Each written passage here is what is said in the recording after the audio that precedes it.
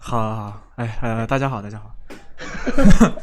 我今天不知道为什么有点肚子疼，我不知道一会儿讲一半是不是得去上厕所啊？来，会会会，然后我们等。对，然后对，因为我之前有发朋友圈了，我说可以有大家想了解什么，可以先提前跟我说一下，我准备一下。然后我发现其实大家更多想了解的其实是偏前期的部分，所以我觉得还蛮有趣的。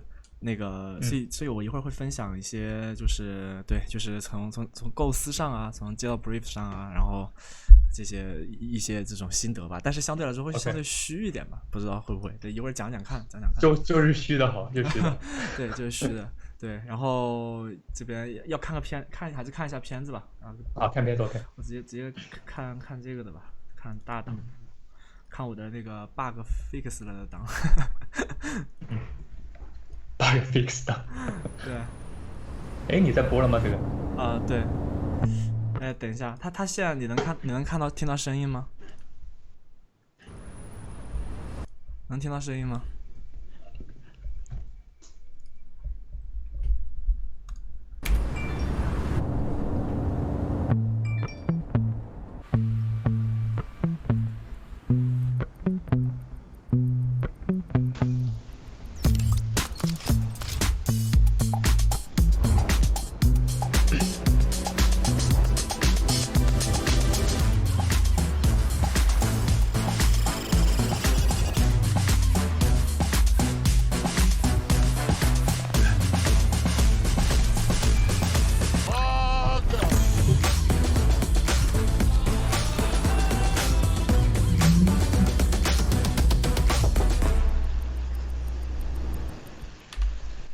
？OK，大概这个样子。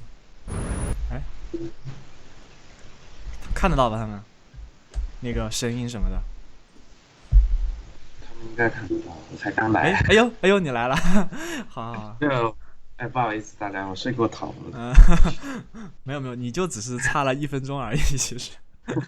好好好，然后那就正式开始吧，开始吧。然后我觉得首先我可以先分享一下，比如说做这次项目前我的一些有一些预期，就是其实我觉得我每次去做一个项目，我都会给自己一个目标，比如说我希望用这个项目能让我学到个什么新的东西，或者说我不了解某个领域，我可以通过这个项目来练习一下，比如这个风格或者这个领域的一些知识吧。这样就比如说像之前 Find X 是因为当时我完全没做过这种写实这种有点像 title sequence 的东西嘛，所以我就想说这个项目对于我来说的一个小目标就是去尝试做这种类型。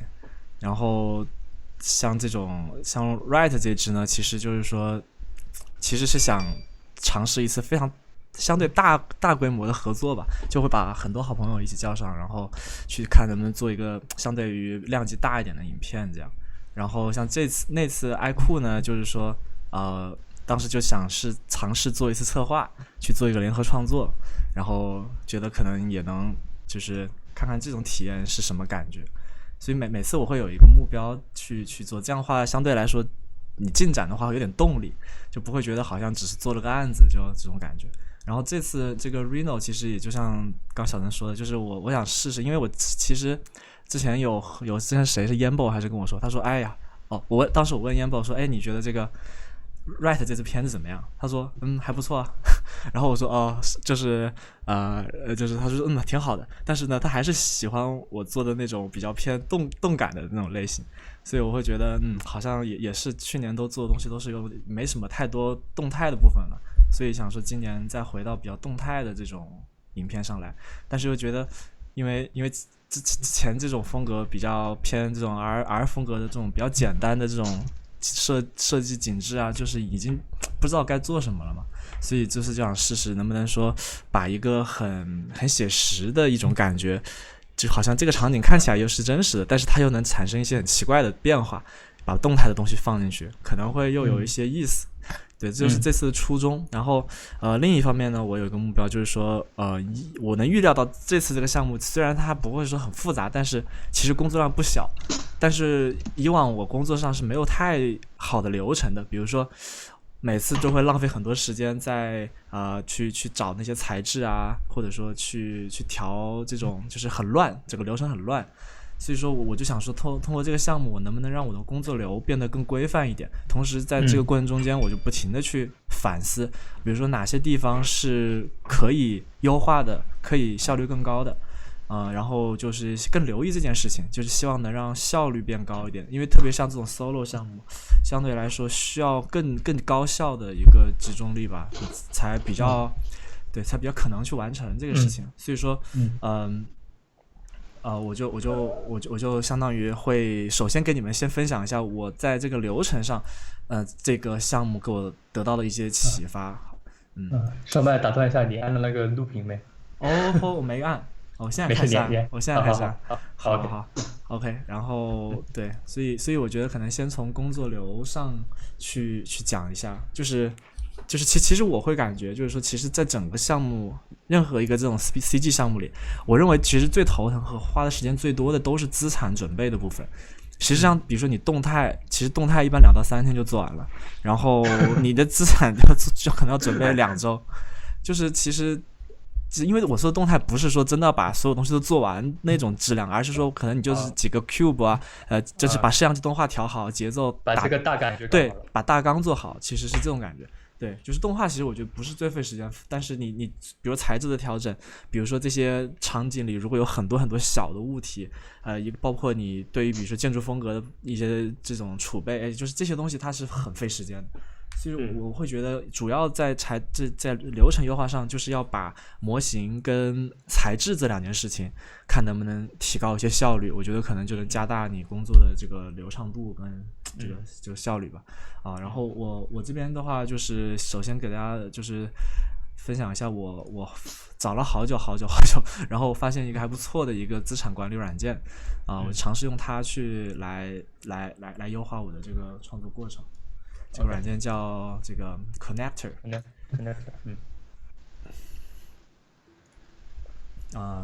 这个软件其实是个啥呢？就是你可以把它理解为，也就是一个 C4D 的 library， 其实很像。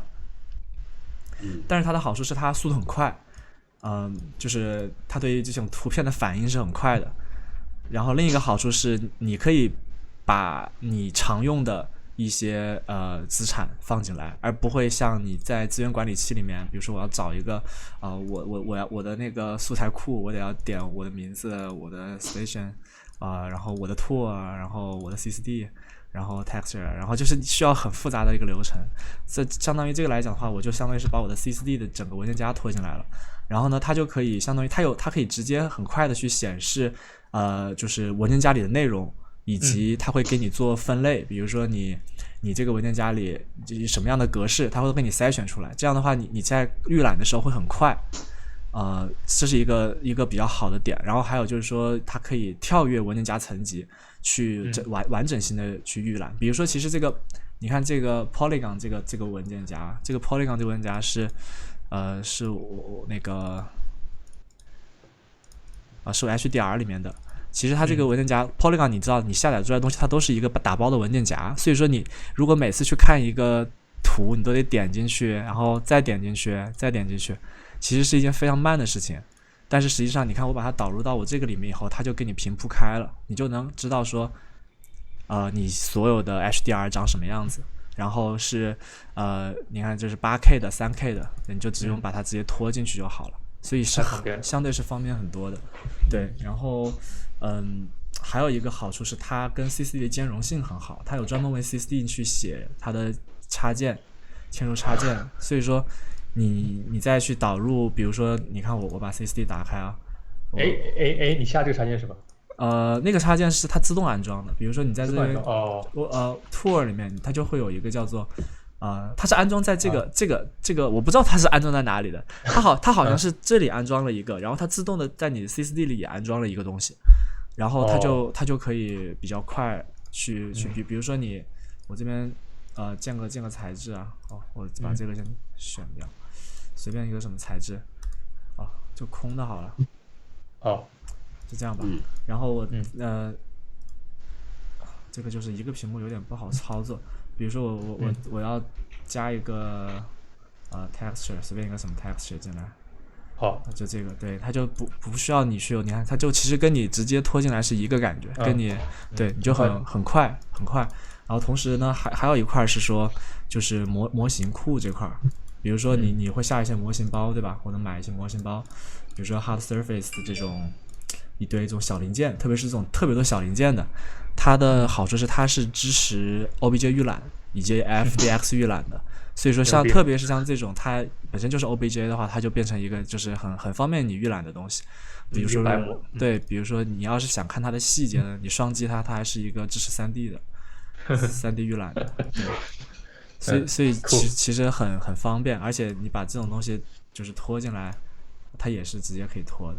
但是而且对，但是还有一种模式啊，就是好像是 C4D 的那个格式的话，它拖进来以后是可以变成有一个小窗口，我不知道找不找到这种小窗口什么？对，它会出现一个小交互界面，然后在这个交互界面上，你就可以写你是 merge 啊还是导入啊，就会更方便一点。比如说有的时候你做那种，特别是那种做室内空间的人，他可能导入一棵什么树，他就可以这样点一点，然后你就点一下就出来一个，点一下就出来一个。但是我大部分情况下没用这个东西，因为我觉得其实导入进来你 copy 一下也不会很慢，而且你的那个容错率会更高一点，免得到时候出错了。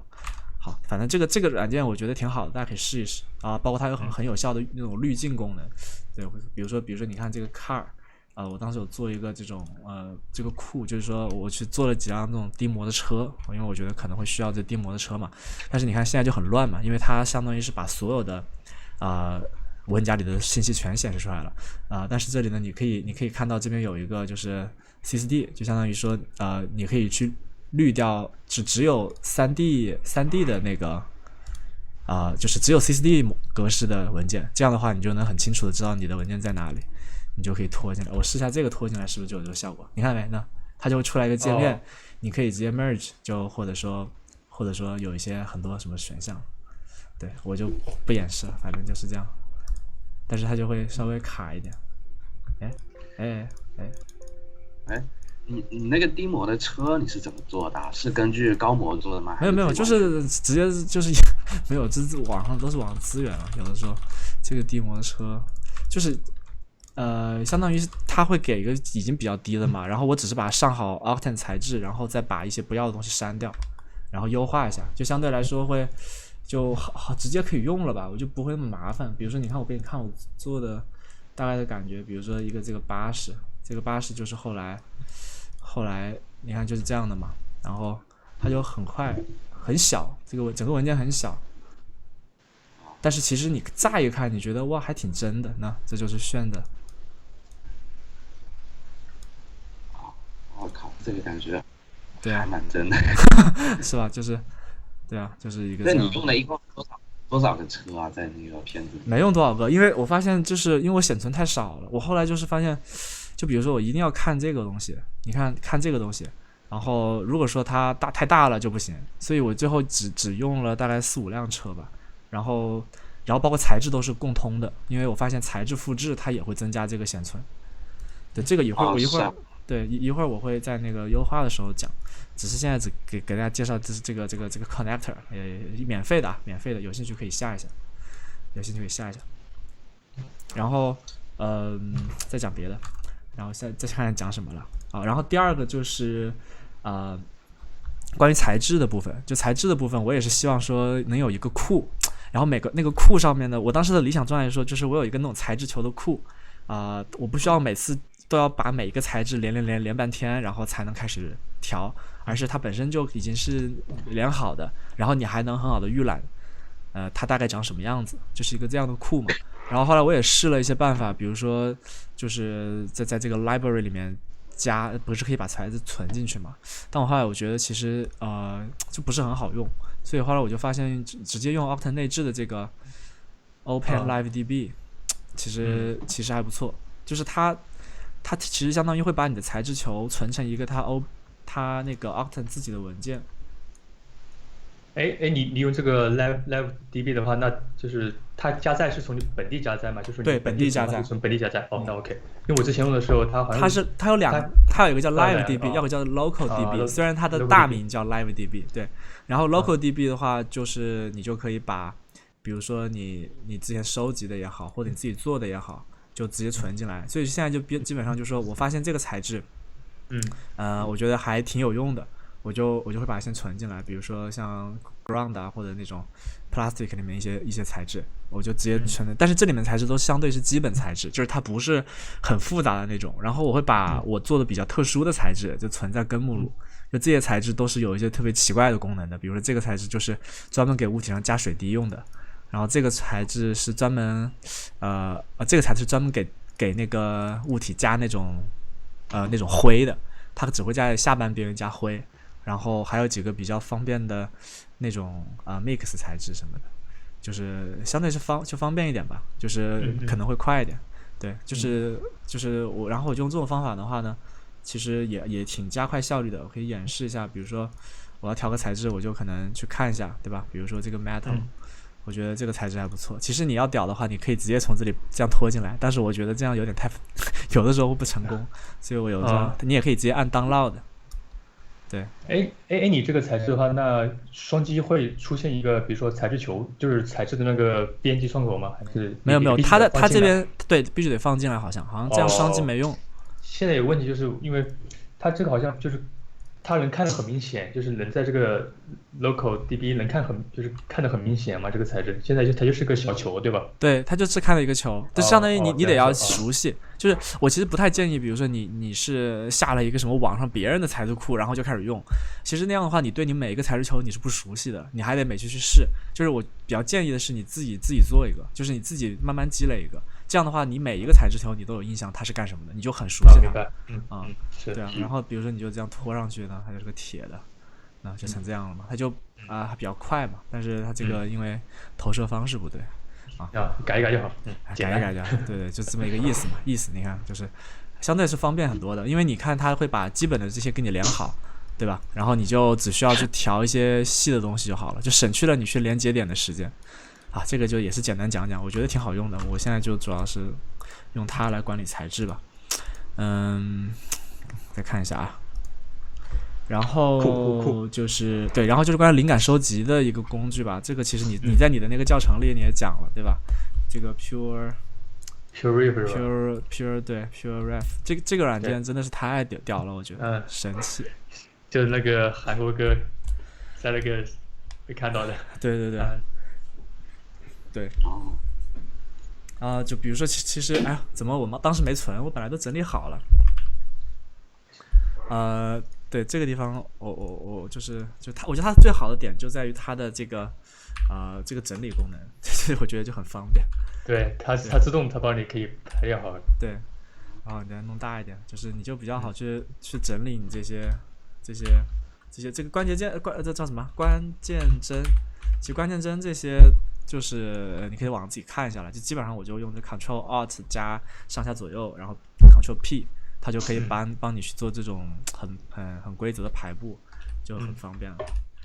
对吧？也是免费的，这个对，也是免费的。对。然后这个软件还有个特别好的好处是什么呢？比如说我这边这一块我需要用，我觉得这一块图挺好的，你可以直接 Ctrl C， 然后比如说你打开一个这种笔记软件，比如说你看比如说这个软件，我觉得这个图好，我再 Ctrl V， 你看这个字就进来了。你就可以继续做你的 concept， 做你的 brief， 就很快。对，它就是一张大概你组合好了的图，会比较快。所以说其实就蛮方便的。当然我现在一直在用这个 Notion， 我觉得我今天是一个推销 app 的一个直播。对，就是这个 Notion 我觉得也还挺好用的。但是就是它其实有点像 Evernote， 但是它会更有层级感一点，就它每一个东西都是一个 block。就都是一个，只要是你看到这个图案的，它就是一个 block， 然后你就可以，比如说你的文字也是一个 block， 你的图片也是个 block， 你去做这些层级去写这些的时候会比较方便。对，比如说你觉得我这张图，包括它很方便的排版，比如说我觉得这两张图可以并在一起，你看它就可以并在一起，你去写这个东西的时候就会很慌，比如说你要加个 capital， 这是一个什么 city， 就会比较好。然后这张图我觉得也挺好的，也并在一起吧，它们是并列的，这样你排版其实它自动的帮你排版就会比较方便了。就是具体的，我觉得这个相对深一点，这个得学一下吧。就是它会有些教程教你怎么用，包括它可以支持任何这种资源嵌入，图片也好 ，Vmail 的链接也好，然后这种网页预览也好啊，就是所有的东西 GIF 也好，它所有东西都可以直接嵌入。然后还有很好的处是说，你在国内不会被抢，这个软件不会被抢，我也试过，所有的客户都能打开它为什么会对这么好呢？是因为它可以这样，比如说你希望你这个需要，比如说你这个写好了，对吧？你要给客户看，其实你就只需要把它的 public access 打开，比如说 can read， 然后呢，你就可以在这边 copy link， 然后我就把这个 link copy 出来，比如说我现在 copy 到我们的这个聊天群里面，一个这样的 link， 然后你就可以点进去，它就是一个很像一个已经整理好的一张 PDF。那我们来试一下。你可以试一下，我这边也是，你看，因为我是创作者，所以我可以编辑，你们看到是不能编辑的，但是它就是一个这种 PDF 的形式，就相当于就是一个 PDF，但是它是实时动态链接的。比如说我自己在我的这端，我觉得好像这里我要改一改，我就只需要跟客户说，我更新了一下，你再继续看一下就好了。他就可以看到更新以后的内容，就不需要我不停的去 send 它 version 1 version 2。 对，包括你也可以把你自己做的 animatic 然后每一次 deliver 的东西都放在里面。 nice。 好，然后这个就是简单说一下，可以用一用的。干货太多了。干货。对啊，不讲干货就不直播了。然后看看还有什么。我要退回到我刚刚那个页面。天哪，我觉得我有点想吐，怎么办？我不知道我昨天吃什么了。一想吐就赶快去还好，没关系。要休息一会儿，我们在这。没事。我看一下，然后好，其实前期就这么多，就是大概准备吧，就是跟你们分享一些这种流程。然后下面就来讲讲这个项目本身吧。其实项目本身的话，我就可能会基于这个。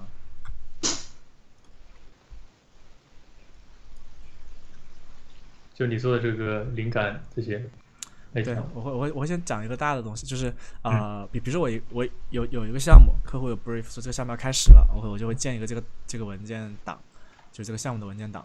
然后呢，这上面就是说这个项目在建立过程中，我要新建的一些文档，比如说一些 meeting 的笔记啊，然后一些他们客户的反馈啊，包括我的那个 timeline 啊等等一些东西，包括这次的这个我也放到里面。相对来说，它规划的会比较有条理嘛。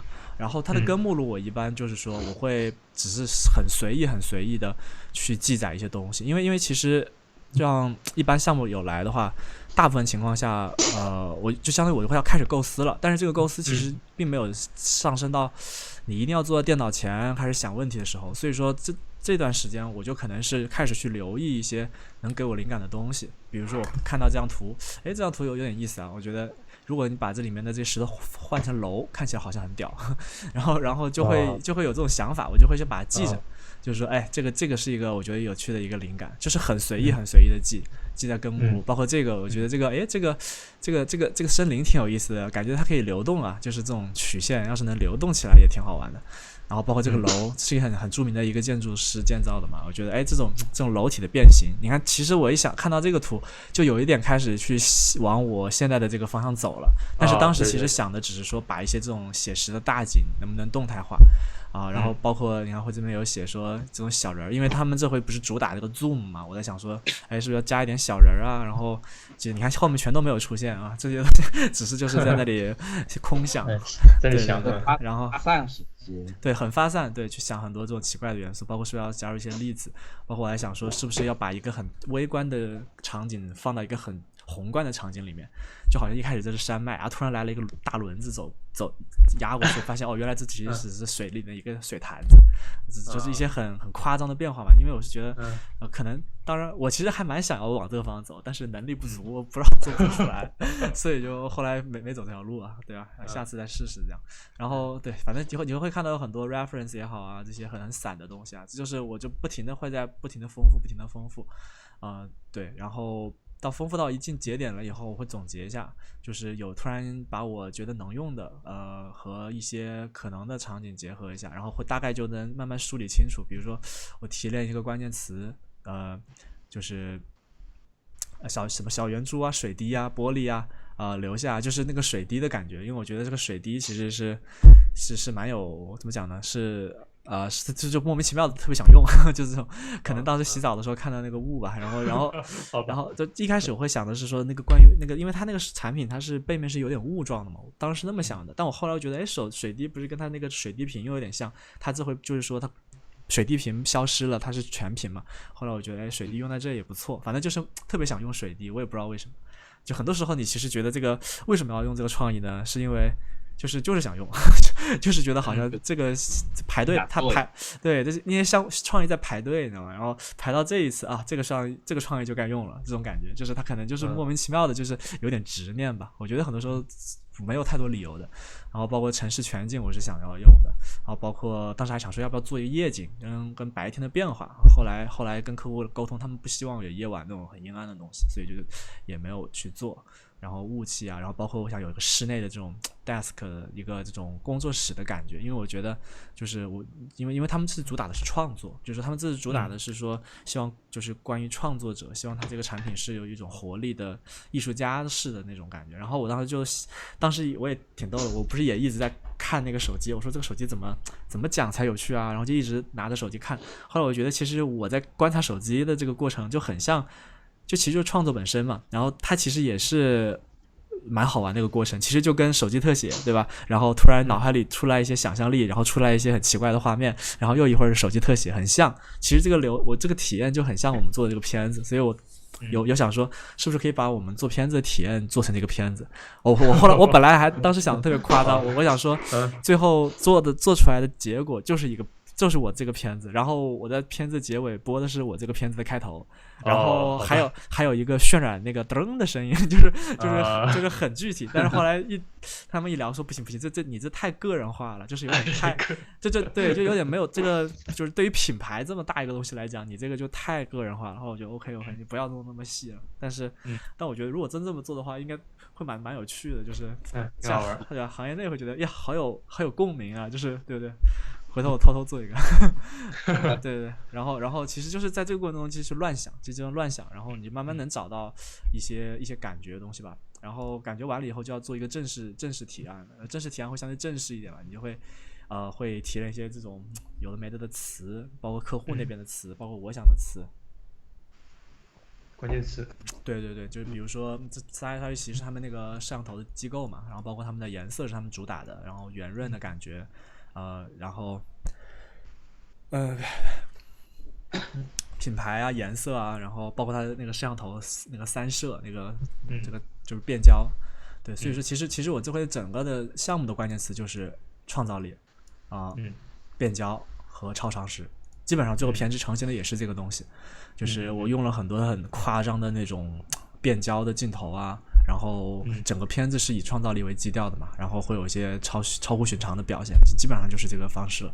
其实到这个地方就比较确定了，然后这边主要是去安利我这个想法，让他们能收，因为他们当时定位是说这个产品是在 Find 和 R 系列之间的产品，我就说那就把它们 mix 一下咯，就又有 Find 的那种写实感，但又有 R 的活力吧。所以就以这个方式就开始做，你看就是用了我那招，对吧？一贴然后就一粘贴，对，然后这边这是我当时的 brief 啊，就是一个广告是怎么诞生的，我当时想把这个广告过程最后做进来，然后包括当时有想到一些主要是夜景，因为我觉得夜景跟它手机的颜色很像，对，包括这种一个物体的扭曲啊，然后摄像头结构啊、颜色啊这些高潮，然后最后回到工作室本身，对，就是这是我一个大概的感觉。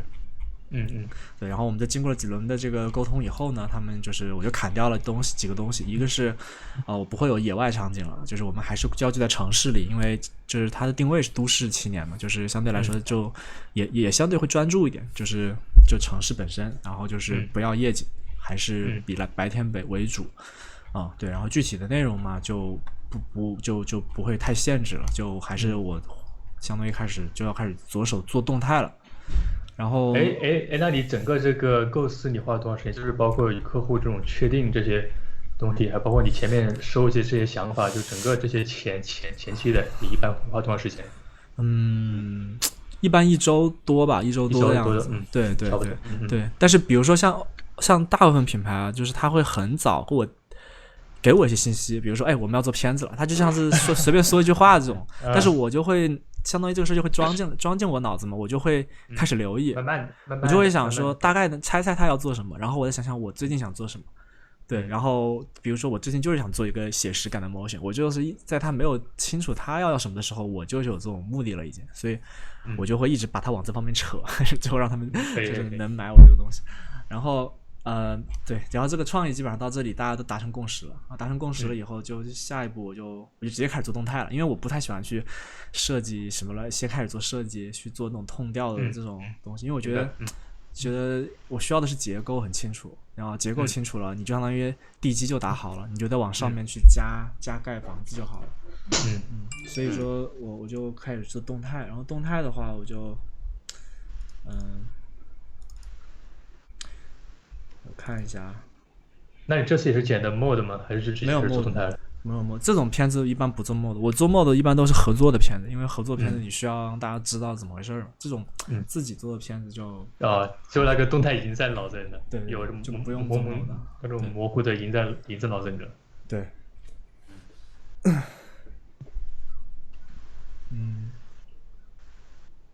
对，没有，我先开始是解决材质问题在做这个animatic 前，因为他们有另一个预热是优先要出的所以当时有研究一下这个手机材质是吧？对，就是有研究一下怎么做这个材质的问题，但是这个材质其实也还好，就是说只是说它这个比较奇怪的是它有拉丝，然后拉丝的表面呢又是那种雾面的。雾面。对，就是它很奇怪，对，你看它就是有拉丝，但是它表面又是雾面的，它不是光那种雾面，就是磨砂的。磨砂相当于它在拉丝表面盖了一层磨砂玻璃。我看你那个Behance上那个材质这么复杂，这个不知道怎么弄。它其实原理其实就是说，就比如说我打开一下，就是你看有多少层，你是有好几层，然后叠下来是吧？就是有磨砂的，有雾面的，这些每个做好，然后再叠起来吗？对，但是我为了要提高渲染效果，渲染速度，我把它做在了一个那个元素上，一个材质上。Good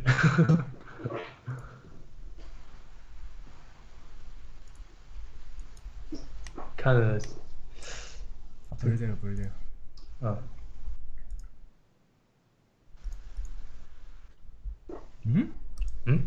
是奇怪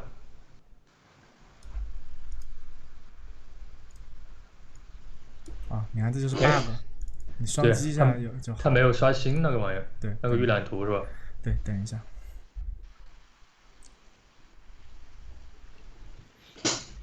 然后你再双击一下应该就好了。来了。这个图有问题好了。其实是这样，就是它其实是一个 mix 但是我用的是这个 blend material， 就它会把 mix 放在一起。这样的话你就相当于是一个材质，然后这材质其实就是有有3部分。这一部分就是磨砂的部分。磨砂，roughness。我要把这个图弄出来就是对，就是这一部分是这2个都是拉丝的部分。然后拉丝的部分是通过的同一个拉丝的那个 rotation 去算的，然后这 rotation 是一个对，因为当时它这个拉丝是这样的，它是一个它的拉丝形状是这样子的一个形状。那你怎么弄的这样的吗？对，然后我就试了很久啊，然后后来发现其实就是个渐变，就是渐变才就是你渐变到了一定的灰度，它就自然会出现这种，就是你这个灰度要调得很细。我靠，好吧。你一点点灰度不同，它就不一样了。对，但是我这个调完，它基本上是跟真实的是一模一样的。我操，厉害厉害厉害！我的天！找一个角度，我用那个工程键，等一下。好，这个材质看着太猛了，这个。这样渲染慢吗？很快，不会很慢。等一下，我找一个图。我找一个这个工程吧。感觉一下我们突然开始讲工程了，有点快。没事没事，想到哪说。好，想哪算随性无所谓。搞不好我一会儿我就不行了。你要是真的不舒服，你就去就好了，没关系啊。我们可以在这聊会，等你休息完过来。好，你看，就比如说，其实也不快也不慢吧，还行。因为我现在少开了一个显卡，我为了那个流畅一点。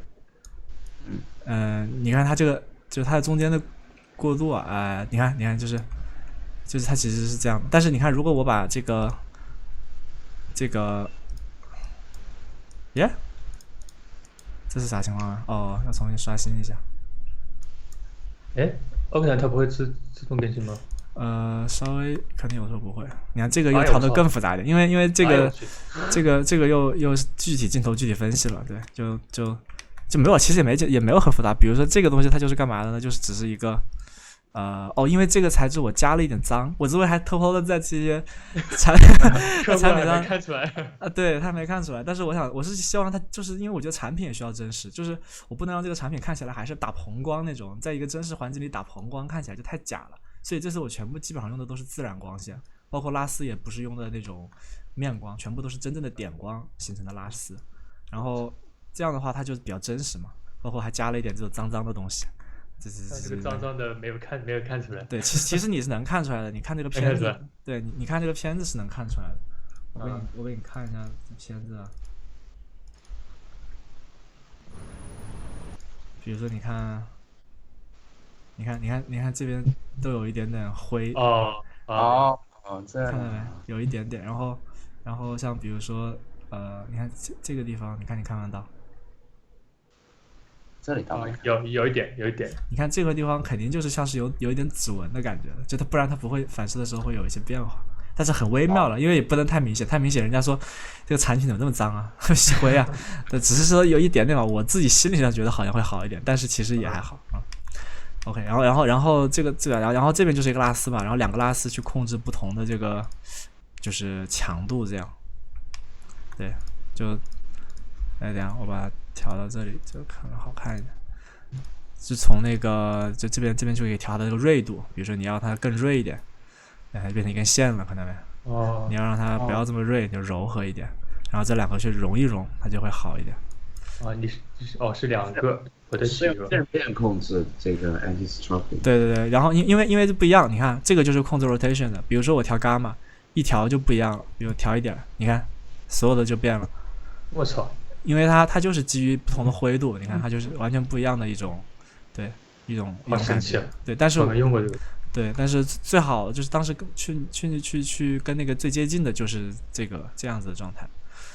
对，这是材质，反正材质调了一下，然后就是把它能尽量让它看起来跟真实的比较像吧。然后本来我想法是跟它的原理一样，就是说它的表面我再磨一层纯粹的磨砂玻璃，相当于是两个物体，但是那样的话我发现渲染速度太慢了，所以我才用这个办法，相当于会快很多。你看这11秒就渲完了，对吧？很快。好，那回到刚刚这个问题，然后 animatic 的问题啊，继续往上讲流程。animatic 你可以看一下，其实也没什么看的，就是做呗。然后就是这个过程，我找一找前期的 animatic 给你们看一下。好。对，但是这回 animatic 我也是费老劲了，就是你看我 animatic 的那个文件夹，N 个吧。你看，对啊，然后就很多嘛。这个是每个版本是吧？对啊，就是不同的，你要试啊，比如说，这么动一下，不好看，然后就再调一调，再试一下，再调一下，再试一下。然后这 ending shot 就做了很多版，哇，就不同的调法，就很多很奇怪的。你看，我给你挑一挑，就是其实很多都不是原来那个样子。你看，比如说这是什么鬼？你看那个水滴的镜头，好像一开始做的是这是车的了，这是啥？哦，这是只是原来是，我记得还做过一个凳子的，反正弄了很多不同的那种。哦，本来是个凳子，你看是一个凳子，后来改成了个车，反正就是要不停的试吧。这个过程其实，哎，我也想好好讲讲，因为很多人问这个过程，然后我想想看怎么去讲这个事情。我打开一个早期一点的那个。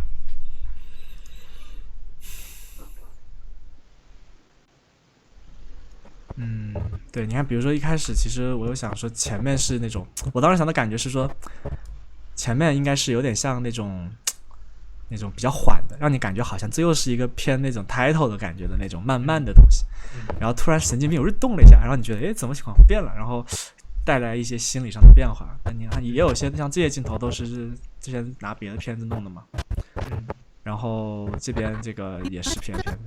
然后其实我就从这个镜头开始做的。我一开始就想说，三摄嘛，就从两摄变成三摄，随便先开始做点东西，就先做了一个那个三摄变化的那个动画，对吧？然后做完这个动画，我觉得，哎，那红绿灯也可以用同样的动画，然后就弄了个红绿灯，然后红绿灯弄完了以后，我就也是因为这个灯转了一下，我就觉得，然后我有先想到想要一个立交桥，因为觉得，就是城市里比较标志的嘛。然后当时想说也是用一个这种出租车，所以说就是这样转过来。然后本来想的是出租车牌子是这个，但后来我觉得，后来他们说好像出租车牌子是横过来的，不是竖过来的。所以我觉得也是有道理的话，然后后来就把它改成在窗户的那个变化了。对，然后你看这个就其实就是一边做一边想啊。你看这个长条又可以跟手机的这个背面那个条形结构连在一起。然后你这边是在转过来的时候，这个车同时拉长了，是不是？对，这个车就拉长了，一边转一边拉长，这样。好自然呢。就感觉比较奇怪吧，就是什么拉长，我也不知道。有一种视觉的魔性。对，没有感觉到明显感觉车拉长，但是确实它是比那个角度更长。对，就是增强一些奇怪的感觉。哎呦，麦克风又倒了。喂。啊，可以。好，可以。完了，听不见了。那你车轮动画的也是都做了绑定是吗？做了驱动。诶，小麦呢？听不见了。听不见了。等会儿，它应该是那个线没插在上面吧？他刚才是不小心把那个麦克风给弄倒了。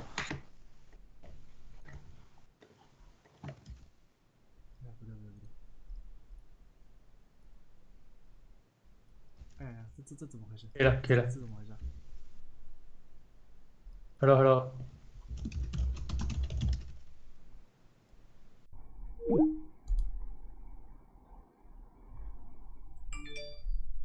哎，怎么有我的？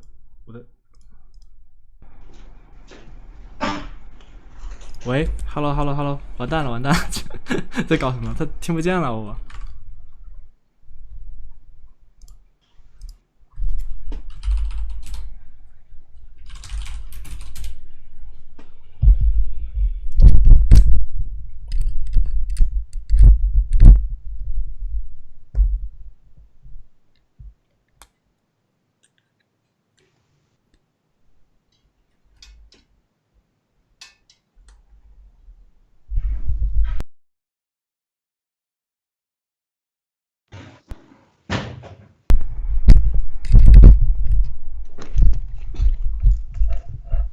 哎，还没连上。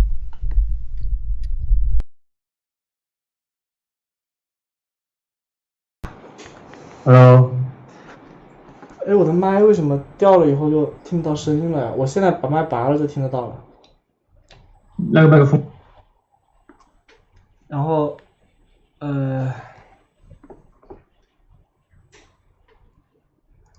这样听不见了。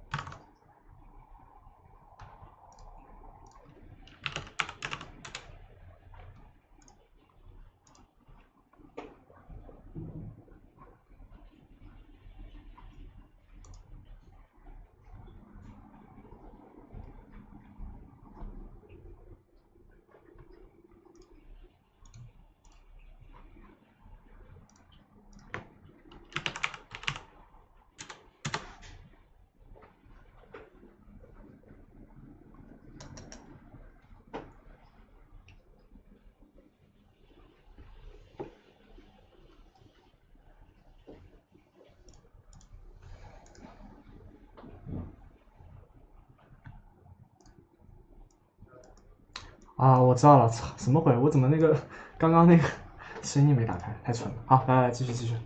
啊，然后啊，对我刚可能碰了一下，不知道怎么就断掉了。好了吧，来，行，讲哪儿了？讲。对，然后继续往下吧，就这其实就是一点点想啊，就也没想太多，但是就把它像个拼图能拼起来。然后在这个过程中间，每一个镜头，其实你都会去测试很多版啊，就是比如说，你看现在的时候动态其实不好看，你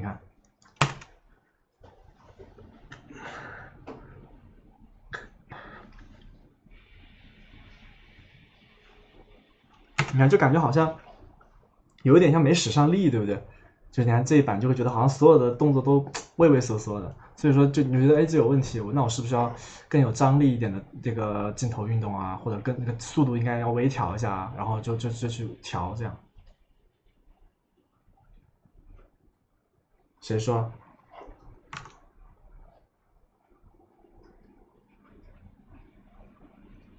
哎，那个凌云山为什么变静音了呀？你看我这里显示凌云山是有一个静音的状态。哦，哎，好了啊，你是说看一下这个？喂，哎，台式音箱没有声音了，对的，对，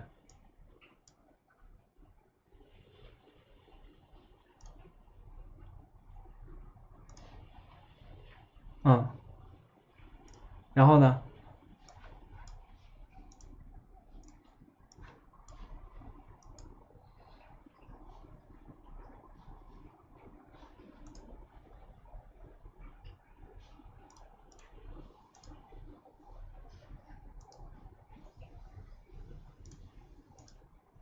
喂，哎，奇怪，没有啊，就没有。喂，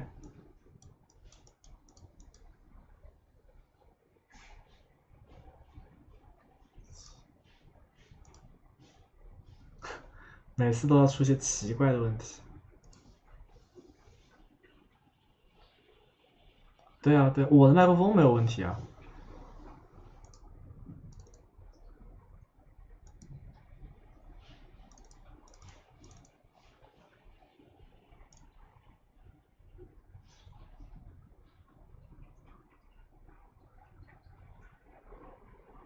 对，有了。好，你简直就是一个这个IT 大神哇！什么 IT？也直播 TD，直播大神啊，太牛了。OK，应该行。好，对，然后在这个过程中呢，反正我对就不停的去尝试吧，我觉得真的，然后你需要去想想，就是说，其实基本动态的一些东西，就是说动接动啊，然后一些镜头方向性的变化啊，其实很多还是需要你试，你丢进来试，你看，哦，这样好像还行，那我试试反过来是什么感觉？其实反过来可能也还行，你看，对，你感觉还反过来怪怪的嘛？那你当然就会选择正向的了。就是其实在这个过程中间，你就在不停的优化吧，优化一下这个 animation。然后包括现在你看，这个镜头有点，然后这后面有一点太快了，然后最后这个也很奇怪，就是侧着的。就本来我一开始做的是正的，后来想做成侧的，最后又做成正的。那这个过程中间就很纠结了，就得一直去弄嘛。你看像这些什么奇怪的，本来是这样子的，就不停的去试一些，就你就随便搭几个方块，但是你把大概的感觉试一下，就是大概的这个一些方向。有个好奇就是你这样做的话，那就是没有一个前期的一个有时候你整个把动画做出来就是把动态故事版就一次性全部给客户看了是吧？对，因为没那么多时间这样来看一轮一轮的。你看这种都不会用啊，这样就会做一些奇奇怪怪的，但这个也没有用。对，就是对，当然这个音乐也很重要了。就是我得你这个你们听一下最后的 animatic 吧，因为我的网上没有发啊。就是其实 animatic 用到的是是苹果的一个音乐。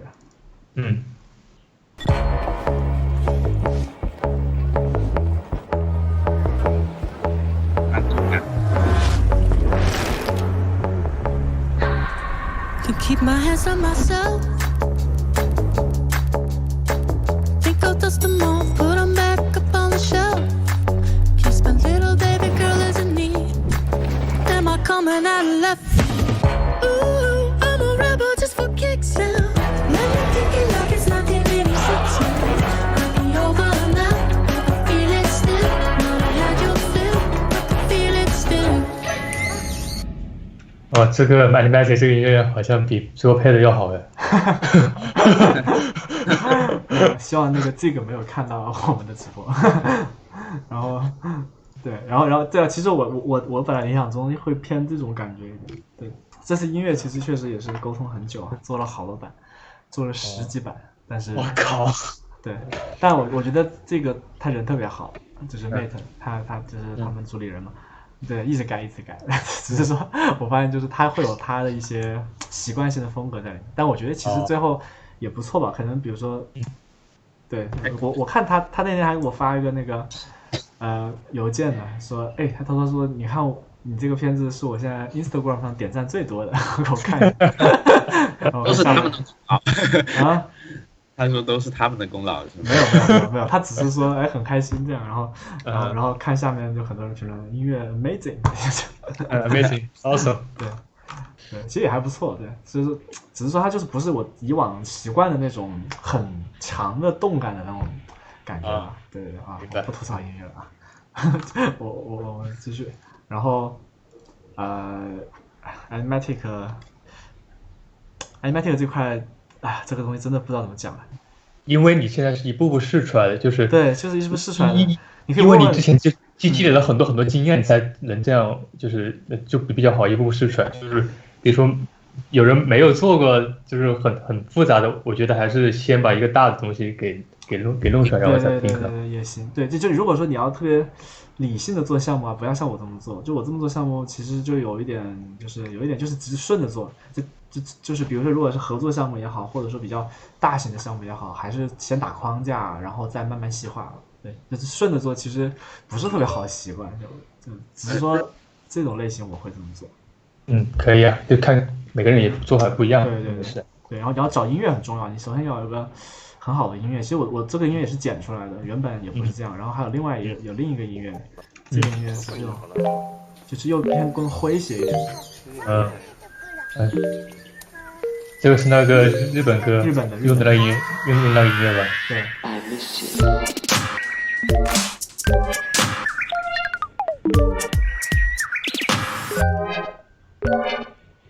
我之前不不是就是跟云山他们做了个 Roxy 的密码，就用的这个音乐钱。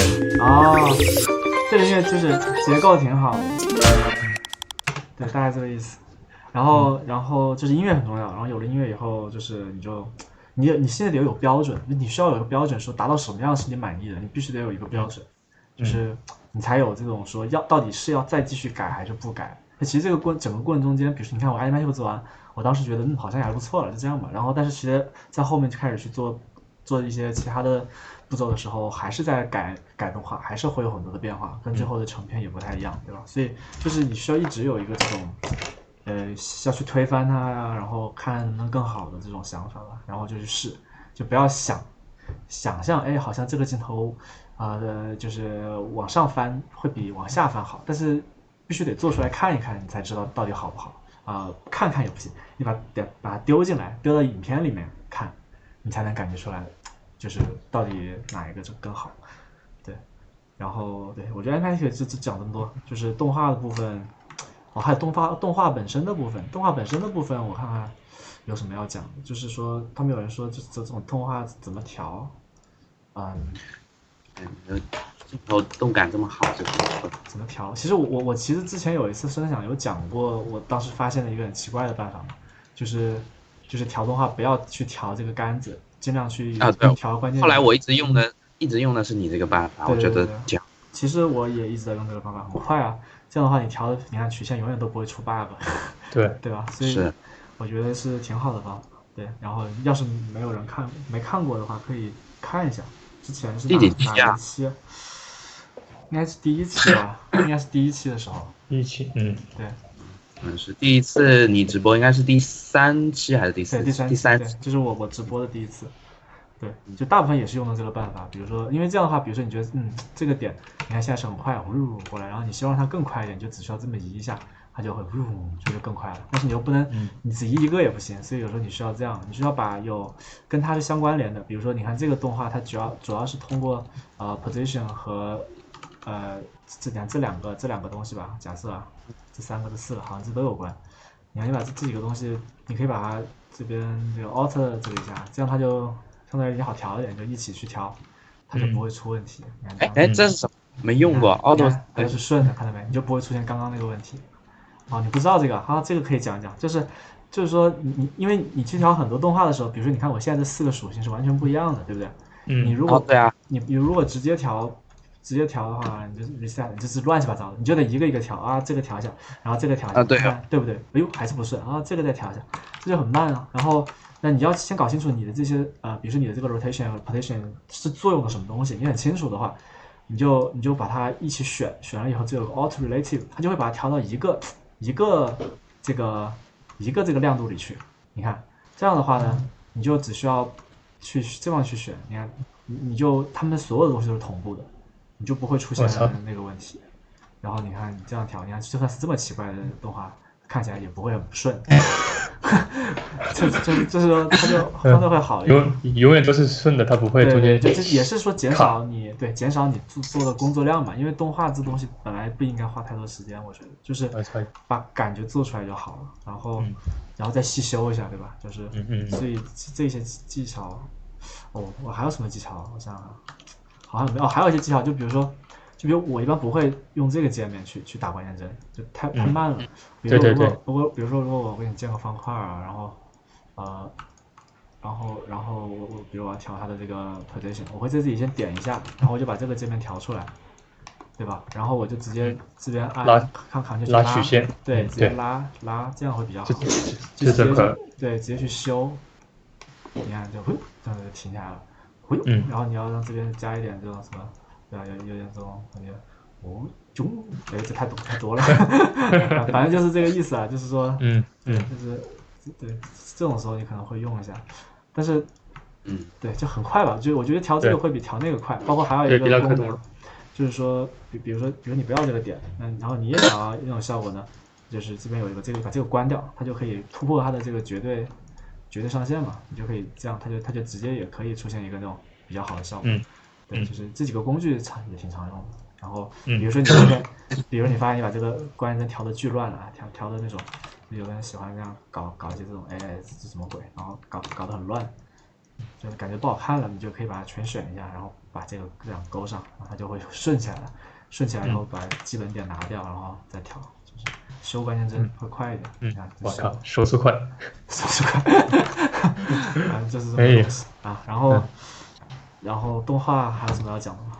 哎呀，我觉得动画其实也没有什么特别多东西讲。像很多朋友问的就是你是怎么知道这样转场会是顺的，怎么样转场的？就是啊，就是你试一下，然后你会有经验嘛，然后你再试就快了。对，然后就放在简历里试。刚才那个场景里，你有好多个相机是干嘛的？这个我一会儿会讲的，就是因为我这回希望要，就是这边有很多相机，对吧？对啊。对，因为其实这边也是有个东西，就关于摄像机控制啊。摄像机控制其实比如一般有些控制方法是说我打一个空级嘛，然后一个父子关系去动嘛，但是这样动出来的摄像机它相对来说是有一点比较容易被看穿的，就是说就是你一看你就知道这个摄像机怎么动的，但是这样的话就少了点魔力，所以我一般现在会在这后面加一个 target， 因为你加 target 它，你看你单纯去调一些这种动画，你看到没？它的动画是你不太容易看穿的，你不太容易看穿它是从哪个轴开始动，会比较有意思一点。所以那你加了个 target， 但是没给他 target。有给啊，有给。是给。这个就是那个 target。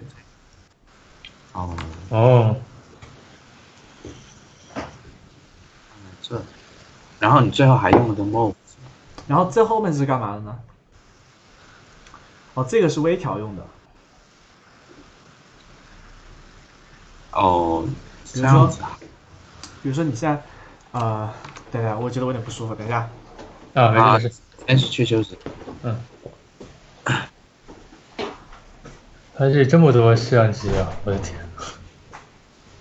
我猜它应该是，下面那个 close 是没有用的，然后它放到最后，它不是用了一个 move camera 吗？然后用那个它 move camera 是吧？对。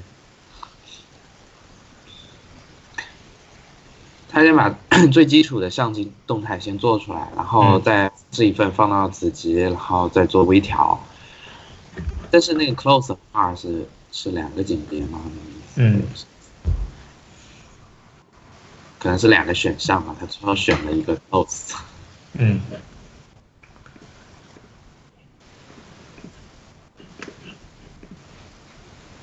他这样做的办法还挺好的，就是试一试，然后整个片子就结构出来了。这得非常有经验才行。非常经验，对，非常有经验。脑子里面已经有一个基础的框架在那边了。对。但是很多时候，反正我弄东西是没有那个框架的，我只有去别的影片里面去找一些 reference， 对，是的，才会拼出框架来。对，其实两者是类似的，只是他那个就不需要看别人的，自己在脑子里出来。对，那他这样的话，就是整个创意的程度就会更大。对，受限比较小，越来越厉害了。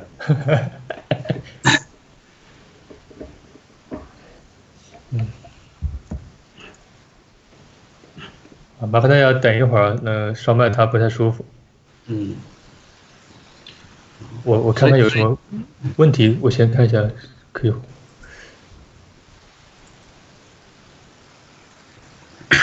这主要很多人问这个音乐哪里找的，我这种音乐一般都是对平时留意，多收集别人的作品。一般这音乐都是我们同行的，就是也是做motion design或者做广告的音乐。你看那个片子觉得很棒很爽的时候，然后可能你就留下印象了。对，材质怎么弄的？哇，这些可能讲不了很细，这些看。有些问题等烧麦回来再回答吧，我看有没有需要我们能回答的。对，看我们能回答一些什么。有些是问是先有音乐还是怎么搞？这个感觉不一定的吧。有的时候是像烧麦的话，他这么有经验，他其实应该是先有画面内容，就在他脑子里面有一个大概的框架，然后可能他就会想到。这个框架这种风格是不是之前看过那个片子那个音乐，他可能就会拖进试了。对。然后那个音乐又会帮助他去搭这个框架，因为音乐有节奏点嘛，然后他觉得哎这里有个节奏点，是不是可以放个这种？相互的就相互我来了，促成。我来了。哎，怎么样？没事吧？哎呀，我不知道咋回事，没事，感觉好点儿。之前你刚才你刚刚吐了？没有对吧没吐出来。那来了。哎呀，那你我们你实在不舒服就跟我们说好吧？好，我实在不行，还行。然后我们先继续讲一下动态，就差不多这样吧。然后接下来就跟你们就是分析几个技术镜头那种，就是一些细节的东西，好吧？好呀。好。先看看这个红绿灯吧。红绿灯，哦，我还没讲完刚刚那个，哎，对，这个摄像机没讲完。等一下。哎，感觉要崩溃了，我的电脑。不会吧？我以为是我们卡住了，好吧？没有。就这个摄像机是这样，就是说这个摄像机就是个微调摄像机，因为你用了那个 target 以后，你这个它一定会是中心的，你知道吗？对吧？对，所以说，如果你让它的构图不在中心，对，你希望它偏一点，就需要用下一个摄像机嘛。所以说这个摄像机的作用是这个，然后这下面这两个摄像机是干嘛的呢？就是我基于这个相机，我衍生出来一个超广角相机一个超长焦相机，比如这个相机是20毫米将近100毫米，这个相机是只有你看只有23毫米，那这样它就出现了两个这个东西，然后我用这个东西是用来去做这个 dot zoom， 就是说我需要让它，我想试试，你看它就可以让这个空间有拉伸嘛。我想说，就是在这个摄像机的过程中间，它不仅是运动，它的这个就是这空间也在拉伸。所以说就会用这个东西，因为后面包括很多那个楼啊什么的都有这个需要用到这个东西，所以我就都是用这种方法去做，去 morph 这两个相机。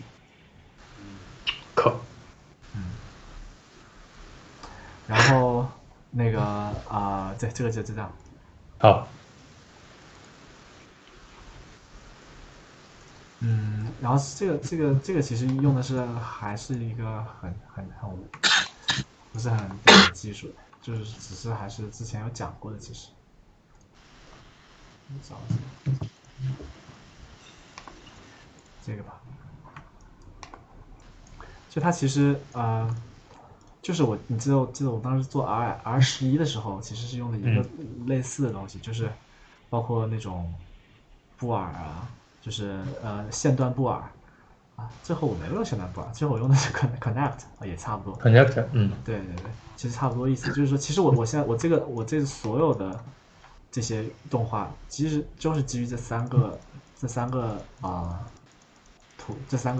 线 spline 来控制的。spline 控制 ，OK。对，比如说你看我现在如果改了这个的高度，你看它所有东西都是跟着动的，包括这上面的这个写字的东西。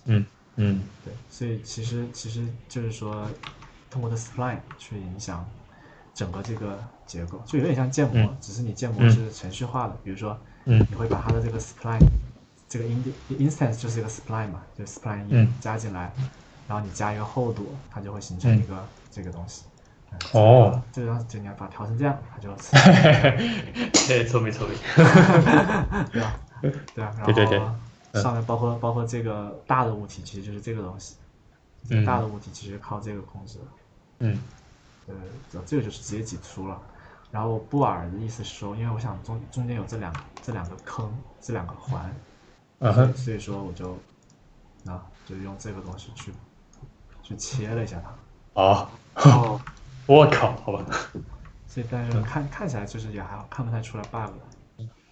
对。然后你的平滑细分你都是用标签加的吗？对，用标签加，感觉还是标签加的快一点，而且就不会太占用这个了。对，就是，然后其他的结构也是通过这些。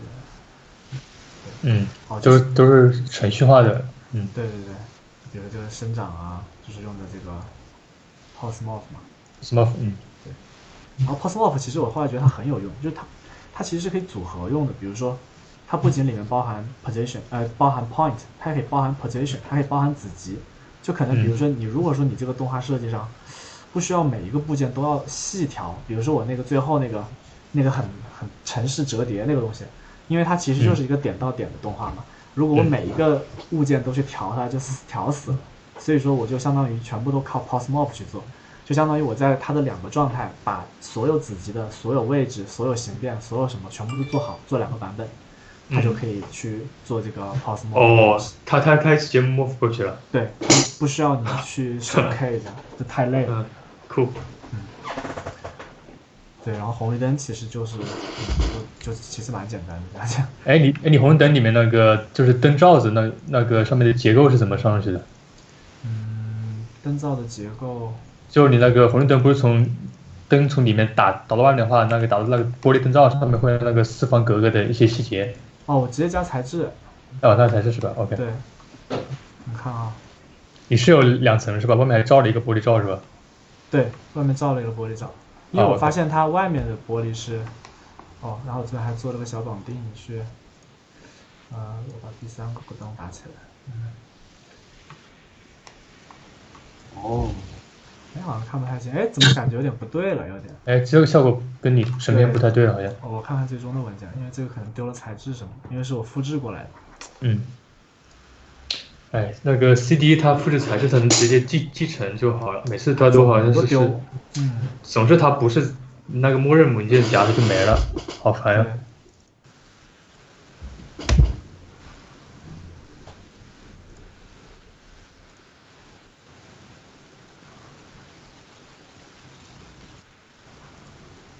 其实还行，你看你炫完了以后，它其实也有这些问题。感觉。有。对。其实原理都差不多，就是原像的。对，外面一个玻璃里面加一个那个发光的这个层。看它导入素材超慢，它每个材质它都要在那里面。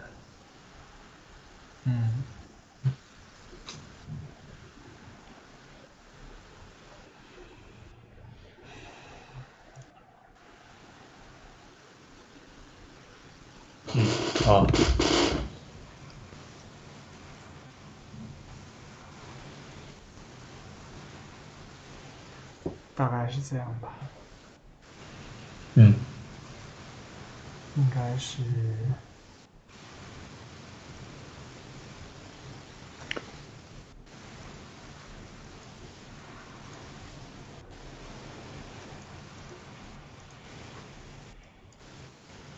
这个材质。还有 displacement 呢。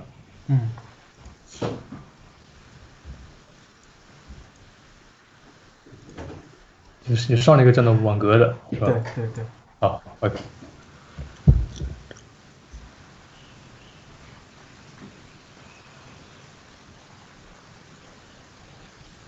完了，我怎么又不舒服了？我操！没事，你去吧，没关系。行，我去一下啊，你们聊聊。好。小曾，那你做红绿灯是什么个流程？也是跟他一样的，只是不像他，因为他要做动画对吧？所以他全部都要是那种程序化的，我就直接就是模型就好了，用点去拉就好了。对，因为它这个红绿灯，它上面那个遮罩就比较真，因为我做的时候把那个灯放得太近了，所以跟玻璃产生那个反应就太亮了，没有它这个感觉，它这个灯放到后面一点，所以前面那个遮罩的玻璃看上去上面的那些细节就比较多。他这也是应该也找了很多图片参考。对，这个要仔细观察嘛，就是这些细节的东西，其实做起来好像也不是特别复杂，也就前面加一个这个玻璃罩子啊，玻璃罩子上面上一些这种网格的这些贴图，然后里面再加个灯。他这个做成程序化的还是蛮厉害对，的。它主要是前面那个这不是那个灯罩吗？他用那个曲线画的那个玩意儿。真没想到那个。这个厉害。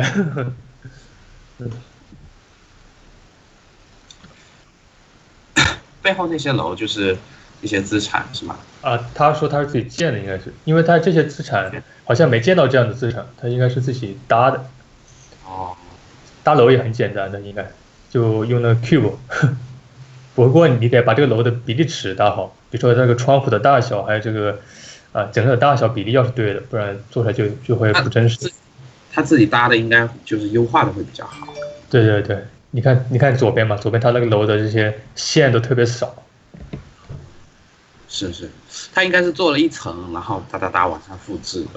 嗯。有人问，最近 Maxon 收购了 Redshift， 有什么看法？昨天烧麦有到看法，就是他还是坚持使用 Octane。对啊，还是用 Octane。我觉得还是看个人习惯吧。那个 Redshift 我也试了一下，哇操，那个交互好卡，然后就没有用了。我要等阿诺德正式版 GPU 正式看看。觉得还是一个个人使用习惯问题。像云山他之前用阿拉德用的多，那用阿拉德就会用的很习惯。就哪个习惯就用哪个，其实是没有什么那个 Maxon 收购哪个，好像大家都要去用那个。没有后来听说好像收购了也不准备内置啊，还是要付钱是吧？对啊，还是要以 plugin 的方式。那是收购什么行业这个？他就可能是整合的更好一点，不过你还是要额外掏钱去购买那插件，有可能是吧？因为他那个 Pro Render 可能才是内置的吧。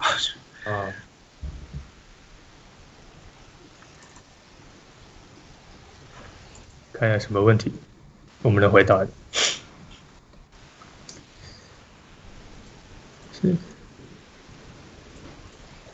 有问小水珠怎么做的，这个，我们来猜一下，好吧？猜猜吧。应该是用那个 R20的那个 VB 弄的吧？有可能，它可以直接布尔在一起。哎，好了。来了。哎，来了。怎么样？说，好现在。我觉得应该还能扛着。没事，我要不我再讲2个，然后要是实在情况不行，我们没事。今天我们时间控制一下今天我们时间控制一下吧。对，可以下次就可能下周再继续吧，就当做是一次吧，就只是说这次就讲前半段这样，我先看吧，我先看后面的，我把比较重要的或者好玩的给你们说一下。然后我觉得这个红绿灯嘛，其实是差不多这样。然后还有那个绳子，那绳子其实用的是那个人的那个大神。那个 Merc 对 Merc 的那个，对，很牛啊！这玩意真的很牛。这玩意牛逼死了！它那个线好像它能自动模拟那个 Dynamic 是吧？对，但是它那个它少了一步，就是说它只能模拟单向 Dynamic。它每次都就是它那个 Dynamic 相当于它每次你去模拟的时候，它都。如果你要改，它就得重新删了重做，但是然后它也只能绑一个物体，好像我记得，反正我当时改了一下，就是说我把它改的，就是说它这个物体的2头都可以那个就都可以绑在动力学上，稍微改了一下它这个东西，我看一下，有一点时间了。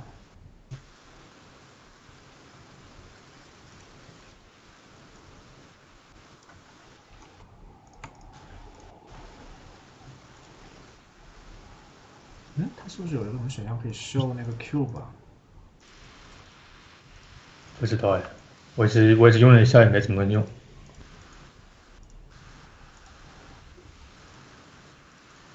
反正你可以按它自己的Dynamic是这样的嘛，对吧？但是它的 cube 是就是相当于它是不会跟着走的。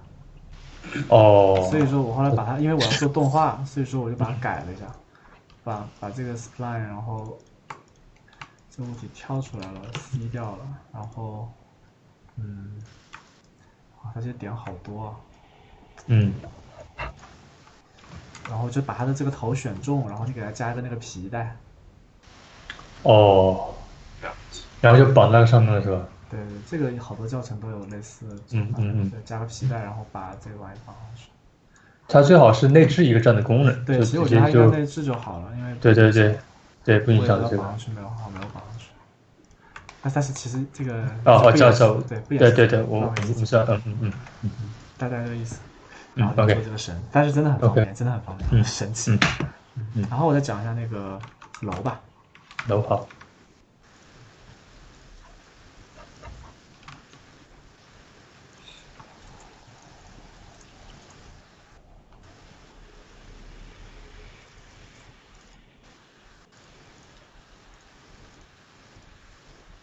building shot， 这个吗？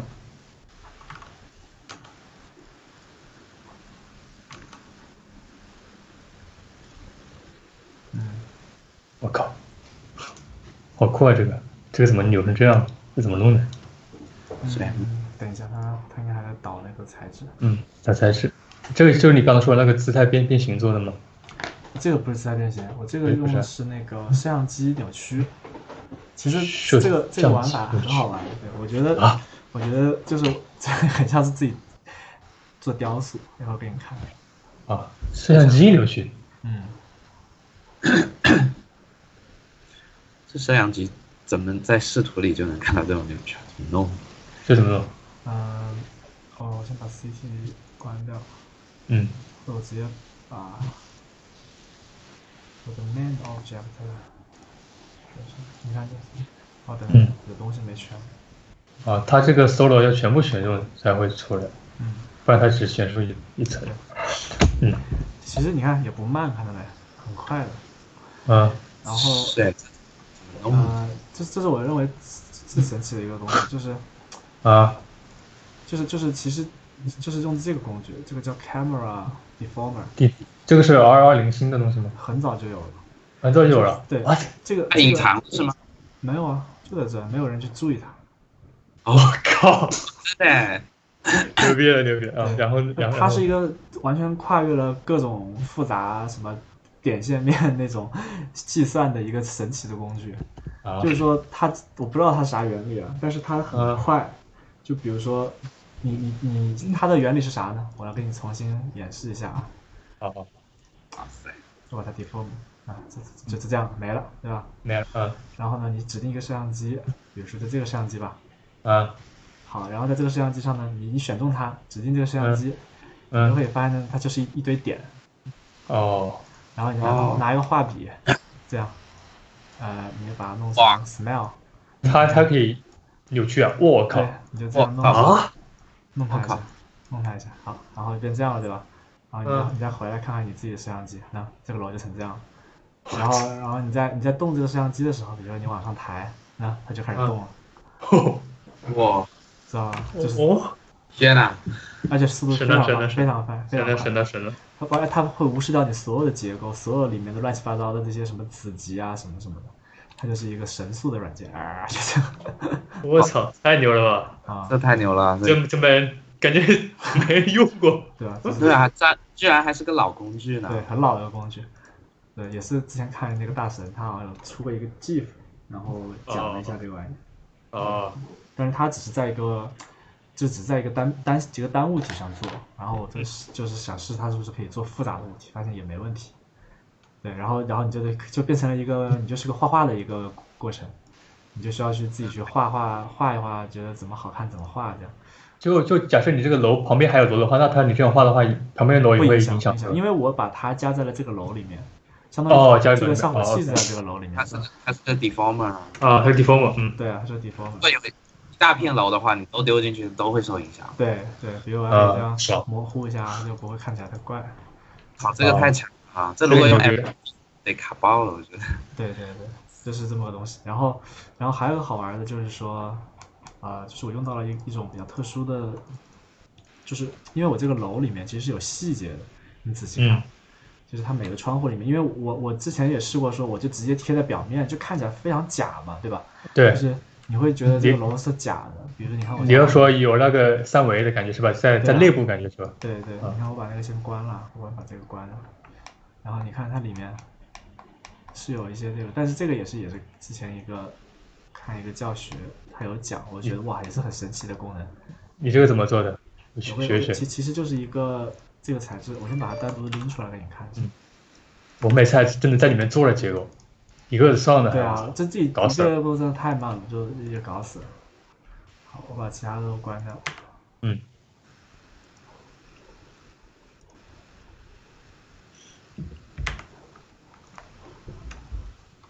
嗯，这是个片，是个，其实就是片儿，对吧？嗯，好，现在有点卡。好，对，然后这个片儿呢，就是它其实是连了一个特殊材质，然后你看我现在看这个片儿，看到没？它里面是有空间的。哦，这怎么弄？然后这个材质是这么复杂个意思，对，因为我这么做复杂，是因为我要设计一个东西，就是说我不能让每个窗户都一样，对吧？所以说我做了一个 instance，这样你看我现在做成这样啊，耶，怎么成这样呢？耶，不对，哎呦，傻逼，等一下，我看，你看每一个窗户长得不一样的，哇，这怎么弄的？这太厉害了吧！然后你还可以去调，比如说我觉得这个窗户，它其实它用到的是这个东西，先介绍一下吧，就是也是 Octane 新出的这个 OSL Texture， 然后它这 OSL 是开放性的节点的一个这种材质语言嘛，所以说很多有一些厉害的人就会为它单独写一些很奇怪的功能，那这个功能其实就属于它这个奇怪功能中的一种，对，就是对，但这个不是内置的，这个是一个这个下的，对，下的，它就是干嘛呢？它就是说它能让一个片产生这个复杂的那个里面的空间结构。对，这一面是正确的，这一面是只有3个的，这个是就是只有就像一个小房子一样。然后你在这个过程中呢，你还可以去改它的深度，你看深度、宽度啊。然后包括要不要加这个卷帘门，不要卷帘门，要卷帘门。卷帘门是它预设吗？还是什么？对。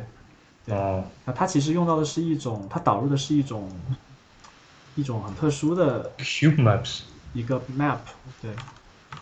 其实具体原理我也不知道，我这种人那它得有一个六面的一个材质。它其实就是一个六面材质，然后你要把它拼合到你。就是一个按照它的规则去拼合吧。其实你也可以自己做，你可以自己去做一个。对。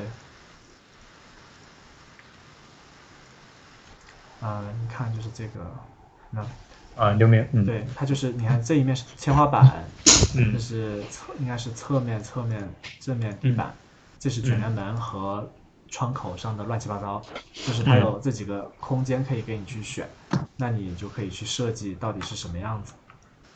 最后出来就会这种效果。然后我又弄的复杂点是，